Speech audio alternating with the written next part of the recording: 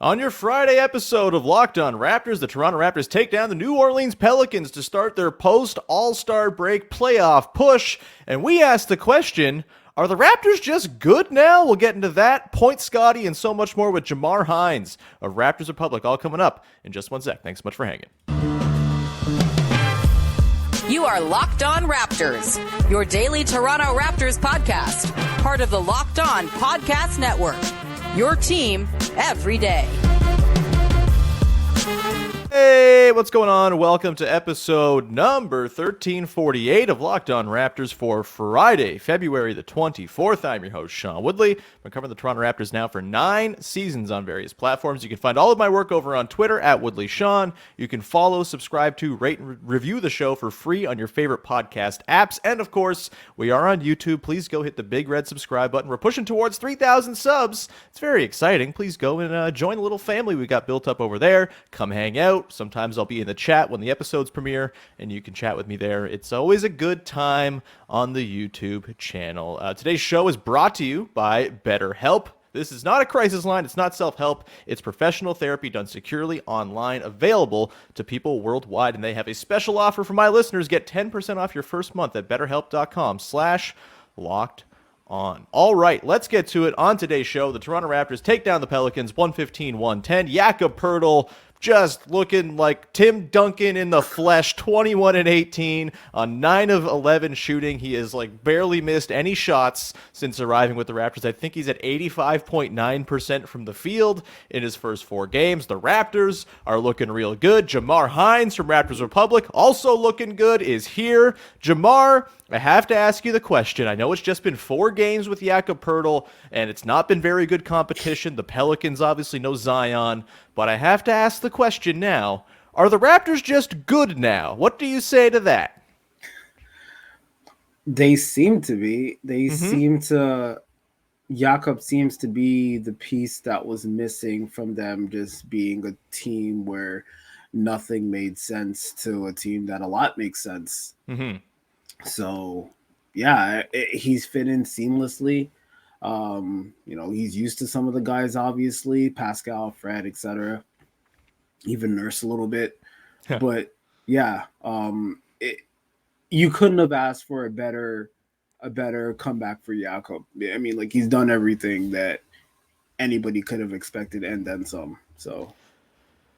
Yeah, it's, I think, to answer my own question, I know it's very early on here in the Jakob Poeltl 2.0 era, but it feels as though they are actually a good team now. And I obviously came in to the deal for Yak already thinking that there was a good team hidden somewhere within the Raptors. They hadn't found it, and I was beginning to.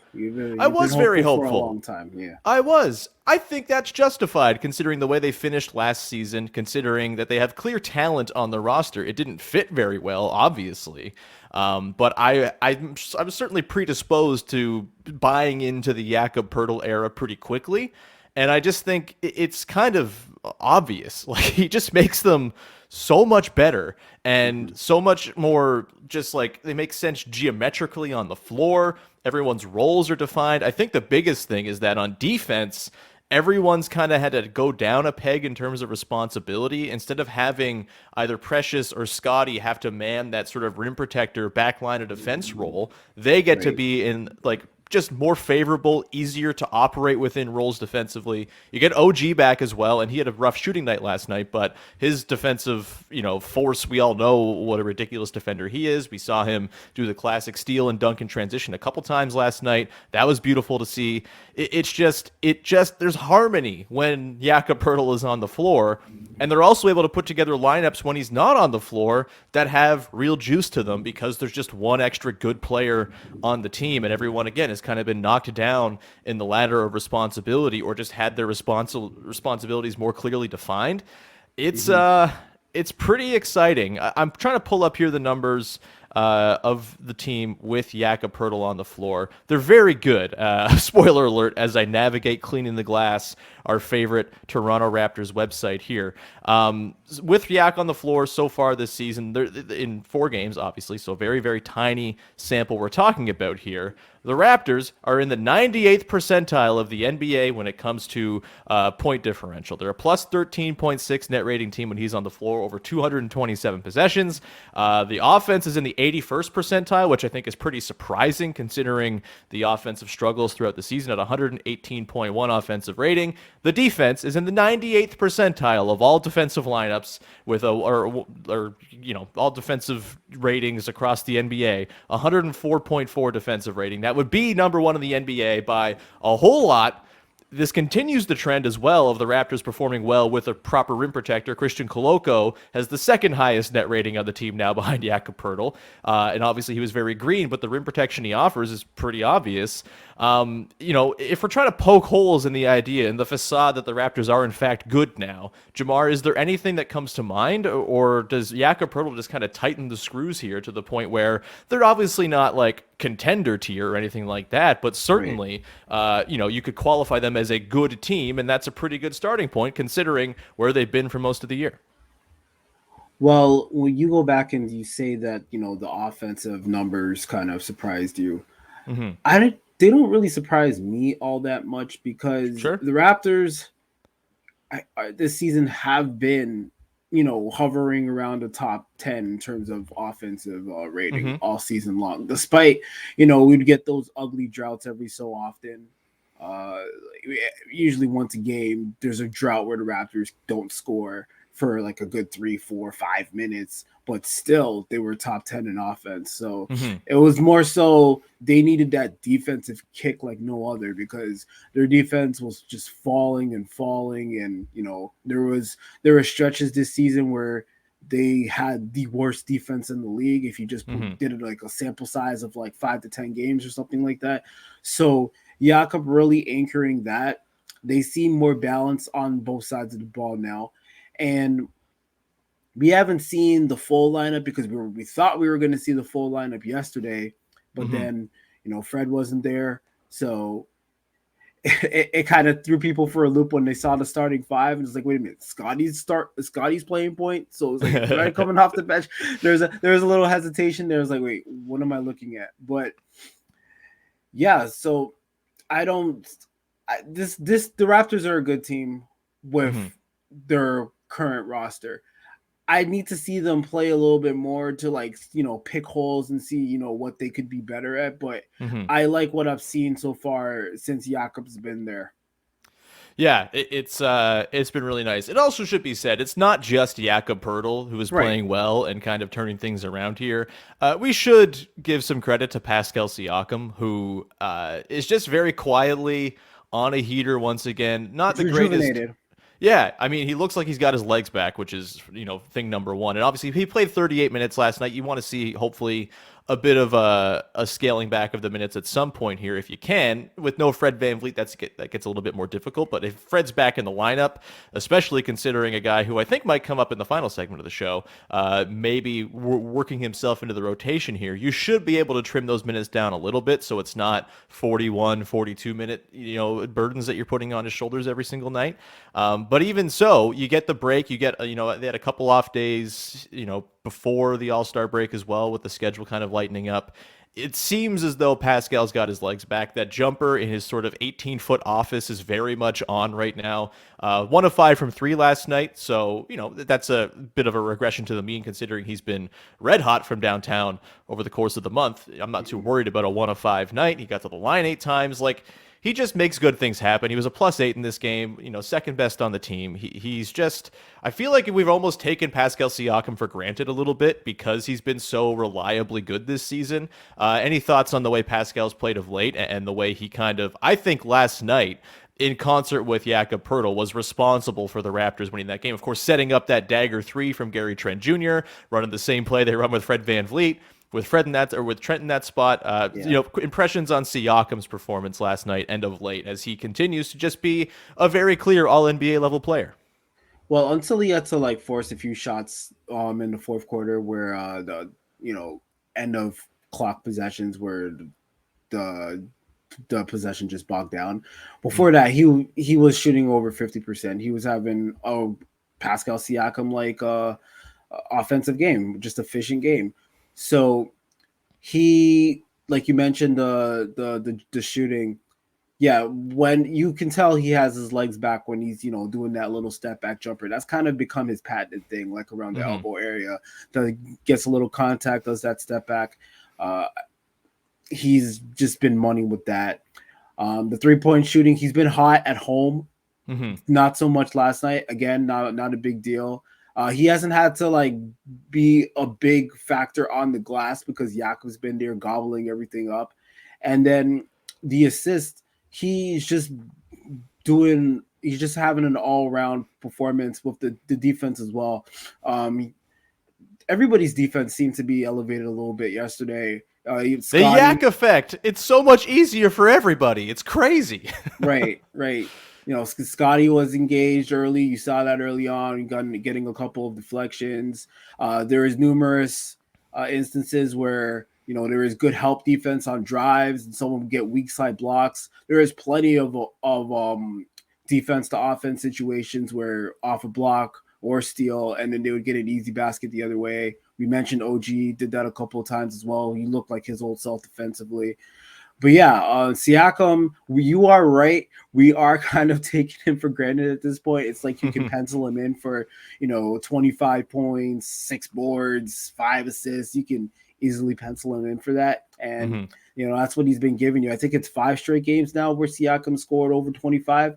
So yeah, he's back in a rhythm. The Jakob trade, I know we've given a lot of credit to Jakob already, but that trade seemed to just totally wake him up, because remember, we were coming off the 7-game road trip where Siakam probably had his worst stretch of the season, and then he played a really good game against the Spurs, who obviously aren't doing anything, and then the trade just seemed to rejuvenate him, and not just him, the whole team. So Siakam's just been his normal self since then, because he was at his worst during the road trip.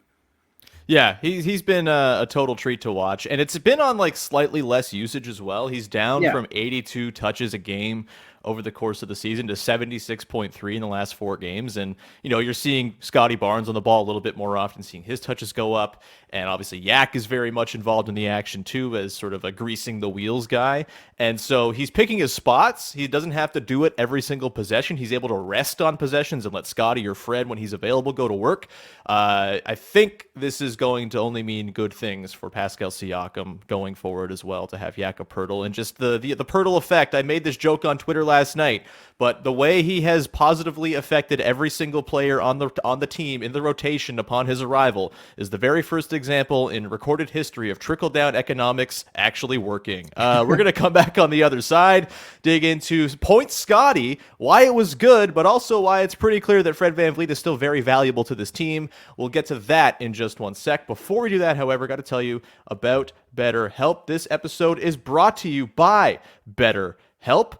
And it's a wonderful thing, therapy. It's not everybody is eager to jump into the idea of therapy. You're vulnerable, you're opening yourself up, but it's very valuable, because sometimes you just don't have the tools to deal with complex emotions, to deal with big decisions, to deal with things that might be going on in your personal life, the way you interact with the people in your life who also might be going through things as well. Therapy can help it big time. If you're thinking of giving therapy a try, BetterHelp is a great option. It's convenient, flexible, affordable, and entirely online. Just fill out a brief questionnaire to get matched with a licensed therapist and switch therapists anytime for no additional charge. It's really an investment in yourself. Oftentimes when you're speaking with people, they are also carrying their own baggages and biases and agendas when you're not even consciously, but it happens. BetterHelp offers you a place where you can just talk about you to someone who is there to listen to you talk about you. If you want to live a more empowered life, therapy can get you there. Visit BetterHelp.com/lockedon today to get 10% off your first month.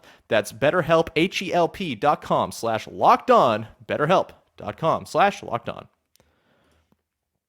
All right, we continue on here with your first listen of the day. Jamar Hinds of Raptors Republic along to break down the Raptors win over the Pelicans. Their third straight. They are 29-31, tied for the ninth seed, win percentage-wise with the Washington Wizards, who they play a couple times coming up in the next week or so here. I want to talk about Point Scotty, Jamar. So last night, Scottie Barnes gets the call. Fred VanVleet out for personal reasons. Hope all is well on Fred's side, of course. Scottie Barnes plays 41 minutes, 18 points, 5 boards, 3 assists, 3 steals, a block on 6 of 13 shooting, 2 of 4 from downtown as well, as he continues to, whet his appetite from outside a little bit more often here, a little bit more confidently as well. What were your overall impressions of Point Scotty in this game? This stretch of the season is all about information gathering and figuring out who's going to be on the team next season. I think for some people, the vision for the team might be Scottie Barnes is just the starting point guard going forward. I talked on yesterday's show about why I think that's maybe not a great idea going into next season, considering the seasoning he needs there. But or what were your impressions of Scottie Barnes kind of getting the reins of the team as the starting point guard with a real center to work with as well, a new wrinkle to the Point Scotty experience we haven't seen so far this year? Yeah, when you mention having a real center to work with, Scotty and Jakob, well, Scotty's already talked about Jakob's high IQ. So they've already worked well off each other. There was this game began with a lot of back cuts. And, Scotty was responsible for finding a couple guys there. Overall, I still kind of look at Scotty playmaking wise as like a secondary playmaker as opposed to a primary playmaker, which is maybe where you're jumping in where, Fred is still of use, spreading the floor as well. But Scotty did make 2 threes himself. But yeah, Scotty looked pretty good, and he shared he shared that playmaking responsibilities sometimes with Pascal as well. But I think Scotty had a solid game on both ends. I already talked about him being engaged on the defensive side with the deflections and stuff. That was one of Scotty's better defensive games, I think. And then what did you think of him as playmaking? Where did you see the improvement that needed to be made? Yeah, I mean, I think that playmaking wise, he had the 3 assists to 3 turnovers. It's not the perfect ratio, but he's working it out. You expect turnovers are going to come. It's part of development and growth. That's fine. I think for me, he is obviously really good at navigating once he kind of gets downhill into the teeth of the defense. He's great at those dump off passes. He found Jak for a dunk earlier, a layup early on in the game, or a dunk. I think it was a dunk. He obviously, he was posting up at one point, was able to kind of relocate himself to angle the pass, hits the bounce pass for Jak for a little floater in the middle as well. Those two have like such a great connection so far. I think it was our pal Kirtika pointed out the last couple of games, Scotty has 9 assists, 6 of them are to Jakob Poeltl. Go follow Kirtika on Twitter, the greatest stats person there is.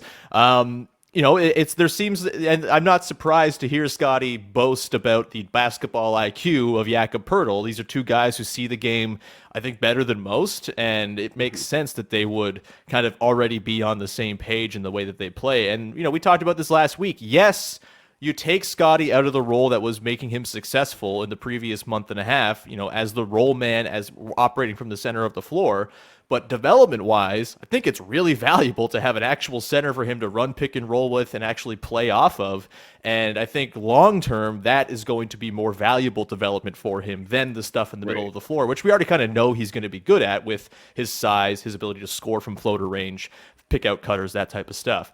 The defense, honestly, is where I was most impressed by Scotty last night. Yeah. He had 4 deflections, which led the team per the NBA.com hustle stats. He had 3 steals as well, had the block. And I'm curious if maybe this is a thing that we'll see going forward, as far as maybe this is a spot where he can thrive.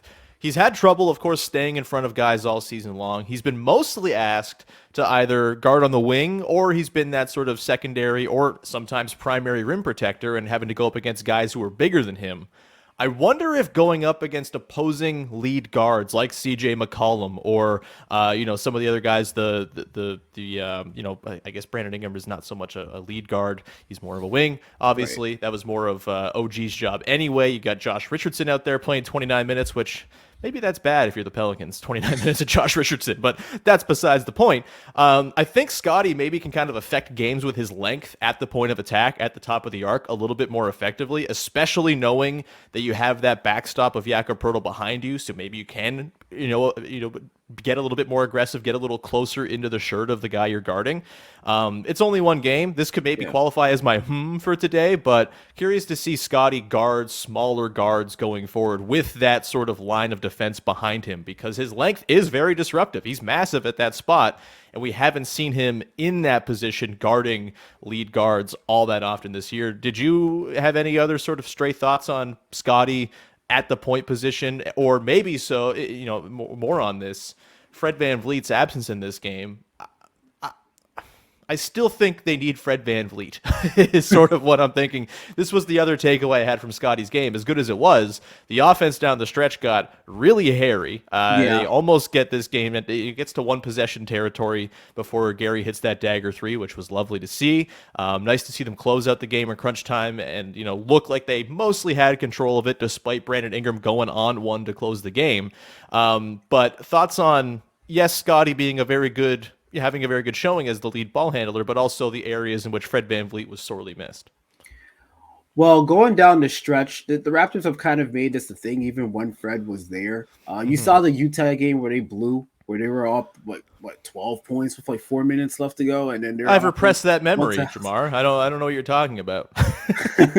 Where their offense went to hell. You saw the Detroit game where a similar thing happened, and they only ended up winning by one. So I understand Brandon Ingram was on fire, but it is something that the Raptors have to figure out down the stretch. It just feels like it feels like their offense gets very stagnant, regardless who's on the court late in games. You make a good point about Scotty, on the defensive end. I think him with Jakob being there is just going to make everybody be able to be even more aggressive, because it's funny. We had this conversation about a month ago where I think you asked me if they had a legitimate, center, would that be able to slap everybody in their roles and play more of traditional defense, or would that make Nick Nurse be even more aggressive? And he answered that question yesterday. It's just gonna make him be even more aggressive, and that was his whole plan. He apparently has been dialing it back. So you're just gonna see more guys, more help, more deflections. That's kind of what they want. The Raptors don't seem like the team that's going to play that classic, drop coverage type defense or anything like that. Everybody stick to their man type of thing, which is what, fans have kind of, hope for a little bit, especially when it comes to leaving guys wide open for threes. That's something that the Raptors have been doing for a couple of seasons now. But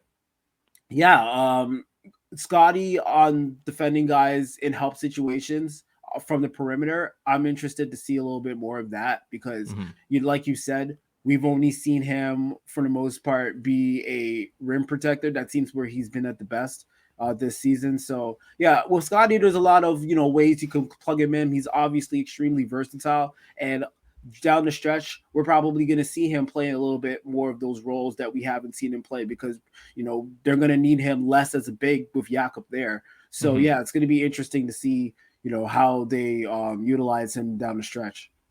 Yeah, definitely. And I also just kind of back to the Fred point as well, as, I also think it's worth noting, the defense was probably helped by not having Fred out there with Gary and Scotty as your three wing defenders, or three of your wing defenders. That's been an issue all season long. And so we saw, I think, a bit of an improvement there. Fred with Scotty plus OG plus Pascal plus Poeltl still going to be, I think, a really good defensive crew. But for those watching that game and seeing the Barnes, Trent, OG, Siakam, Poeltl lineup and being like, this is the future, baby, this is the starting lineup next season, it could be, but worth noting, that lineup still just had 102.4 offensive rating over 42 possessions last night. Not very good. And so there's still the need for your traditional lead ball handler creator. It's not to say that Scotty shouldn't be doing it late in games, but having Fred VanVleet as another option, as diversity to your attack, very valuable. And we saw things get bogged down. Yeah. Especially someone that can stretch the floor down the exactly. And have a pull-up threat, right? That's like the thing Scotty doesn't have is when he is shooting threes, it's usually catch and shoot. It's pretty mechanical. This is like true. Fred can take that Jakob Poeltl screen and bomb away, and that is just a huge thing for the Raptors to have it as part of their arsenal. And just like I think that Yak Fred pick and roll we've seen in pretty small doses already, that's going to be instant offense. They didn't have that down the stretch last night. It's why I'm not really worried about them kind of flailing late in that game, because if you have Fred, I think they probably closed that one out pretty comfortably because they were scoring pretty decently regardless. That said, 17 assists on 43 field goals. Once again, Fred VanVleet. Important. We're going to come back on the other side. How you keep making that point. I like how you keep making that point. It's just because, and I know our pal Louis Zatzman wrote this yesterday about the sort of misconception of Fred being this like selfish ball hog player. It just doesn't check out. It doesn't add up at all.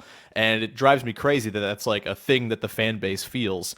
You can argue whether they should keep him around for different reasons, but like very clearly the skills that he brings to the table make the Raptors better. And as great as it was watching Scottie Barnes get the reins last night, they still need Fred if they're going to make an earnest push towards the 6th seed down the stretch. We'll come back on the other side with the good, the bad, and the to round out today's show. Not much bad. I'm just going to tease it. My bad is actually a thing I'm turning into good somehow. We'll get to that in just 1 second. Before we do that, got to tell you about our friends over at Nissan, who are bringing you the most electric player of the week. It's brought to you by the all-electric 2023 Nissan Ariya. And this week's electric player of the week, I know we did it last week, but how can you not once again go with Jakob Poeltl, 21 and 18, 9 of 11, just an unbelievable start to his second stint with the Toronto Raptors. He's got the whole place feeling electric, and I'm feeling great as well. Of course, he is fiercely elegant in the way he navigates pick and roll defense. He's stunningly powerful in the way he rises up for those offensive rebounds, just the same way as the Nissan Ariya is when you get in that front seat. The 2023 Nissan Ariya packs pin you to your seat power and premium intelligence all in one EV. The all-new, all-electric 2023 Nissan Ariya, the EV for people who love to drive. Shop now at nissanusa.com.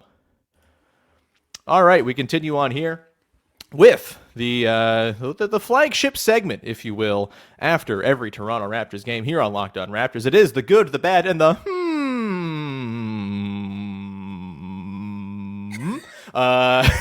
gotta vary it up. Add an M for every game of the season. Let's start with the good, shall we? A thing you liked from this game, Jamar. What you got?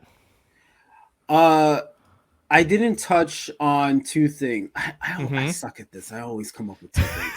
But first of all, that stretch where JV was out and Jakob scored like 9 straight points. He just kept grabbing offensive rebounds when the Raptors offense wasn't doing much of anything. He just kept grabbing offensive rebounds and putting it back because the Pelicans were playing small and they had nobody to box out Jakob. That was brilliant. We should have mentioned that. And that probably saved the Raptors this game because there were a few times where the Pelicans were threatening, getting within. It kept seesawing between like a 7-point game to like a 15-point game. And when it was around that 7-point range, when the Raptors couldn't score, Yak just kept grabbing every offensive board. And, that's part of the reason why he ended up with 7 offensive boards and 18 boards in total, which is a new career high for him, by the way. Yeah. But my actual good is Caribbean Heritage Night. Hell yes. Yeah, the vibes are awesome in the arena, and I think that's probably the loudest it's been all season long because we've had our stretches where complained about how quiet it is. I've been to a couple of Raptor games myself where it feels like if I'm cheering, I'm like the odd person out. It's like, what's wrong with you people? Type of thing. So no, the vibes were amazing. They had great performances all game long. The dancers, the steel pans. If you're watching Kevin Little was there. If you're watching the TSN broadcast, you saw Kayla hook Jack and Matt and Jack up with the doubles. They couldn't stop talking about it. They love those. So it just felt like an addition to the improving chemistry around the whole team. It just felt like it was like the perfect time for that. It snuck up on me. I didn't even know that was a thing until I saw it yesterday. Mm-hmm. But yeah, the crowd was amazing. It kept the crowd in the game all game long. Scotty talked about it. Jeff Dowtin Jr. talked about it. Chris Boucher. Oh my goodness, we haven't talked about Boucher's dunk. Don't spoil my good. Oh, my bad. Okay. You know what? I'm sorry. I'm just my mind is just going everywhere in one spot. Okay, you take the reins on this. You take the reins on this, and I'll probably follow up. Go ahead. Yes. Yeah. On the note of Caribbean Heritage Night, that was incredible. Build the whole plane out of Caribbean Heritage Night. How about that? That sounds like a pretty good way to make the season very, very fun. Also, I've called a lot of games doing broadcasting, a lot of sports. I've never gotten to eat doubles live on the air. That's now my new dream, is to eat doubles live on the air while I'm calling a professional basketball game with a mouthful of delicious doubles. Chris Boucher, that dunk, holy hell, he basically jumps from the free throw line. My question to you, Jamar, that's obviously my good, is just that dunk. He's been on a heater lately of these nasty transition dunks where he seems to be just jumping from like a foot further away every single time. Do we give Chris Boucher enough credit as being like a Pantheon level Toronto Raptors in-game dunker? Is he at that level yet, or is he going to need a little bit more of this transition madness to level him up into the Ross, Vince, Jamario Moon zone? He needs to dunk on people. Like, these are transition dunks where, you know, he has the runway. So sure. I see what you're saying, but I'm a tough judge when it comes to dunking. And as you should be. It's a very important craft and art. These dunks are obviously really cool. I think that I was thinking in my head, number one, I think that was the play of the season. Number two, that's up there. Yeah. I mean, I have a pretty good memory. I've been racking my brain. I'm just like, I can't think of a singular play that got more of a reaction, not just from us, but like viral, like whole NBA online. A lot of people went nuts at that dunk. I mean, the dude's last dribble was at the logo. Yeah. And then he takes 3 batter steps at the 3-point arc, and then finally takes off just a foot inside the free throw line. Like, that's freaky stuff. Okay. Yeah. So. Yeah.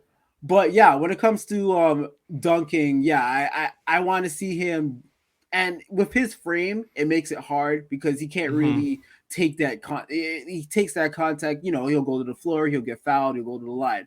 Shatter into a million pieces. Yeah. Yeah, for him to maintain that stretch and dunk on people, if I see that over the next few games, then I'll start, you know, elevating him along, you know, some of the great Raptor dunkers. But the great Raptor dunkers, like when you go to DeRozan, on numerous people, Ross on like Fareed, Vince on like everybody, like that's a next level. But Boucher's been real, like you said, on a real heater with these dunks lately.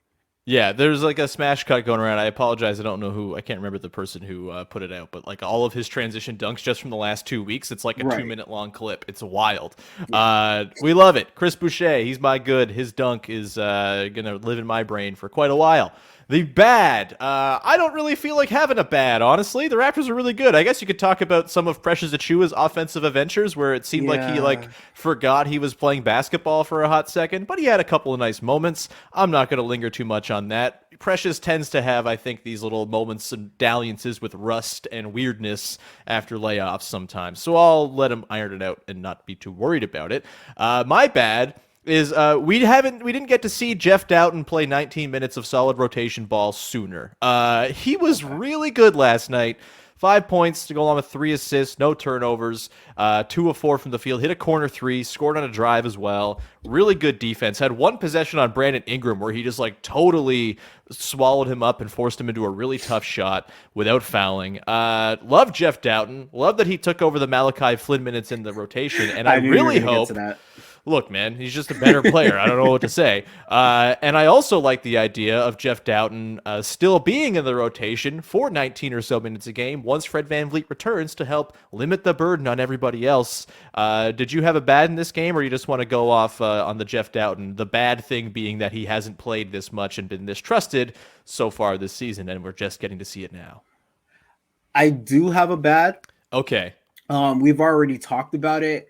I'm more concerned about the way the Raptors finish games than you, sure, because it's been a pattern. So I don't I don't want to see these comfortable 11, 12-point games get to one possession with under a minute left. Sure, I just sure. feel like that's a bad trend to just keep continuously doing. Like I said, regardless of who's on the floor, it's been happening. So they need to figure a way. They need to have more of a killer instinct when it comes to their fourth quarter offense. It just feels like, it kind of bogs down, and then somebody, Fred or Pascal has to take this kind of bailout shot. And then that sparks transition opportunities for the other team. So I do want to see them improve in their fourth quarter execution. I don't have any numbers on me. That's just more of an eye test thing. But, they've won most of these games except for, sorry, I got to mention again, the Utah game. But I don't want that to be a more of a trend down the stretch, because if they keep playing with that fire, it's going to burn them again. And that may be the difference between them getting like a 6 seed, a 7 seed, 8 seed. So, that's something that they do need to clean up.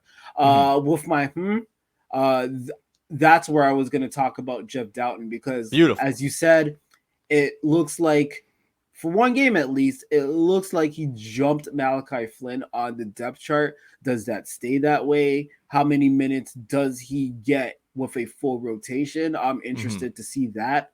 It looks like, Delano Batten came into the preseason looking like he had a hold on that backup role, but that's completely flipped. And, now he's at the 905 a lot.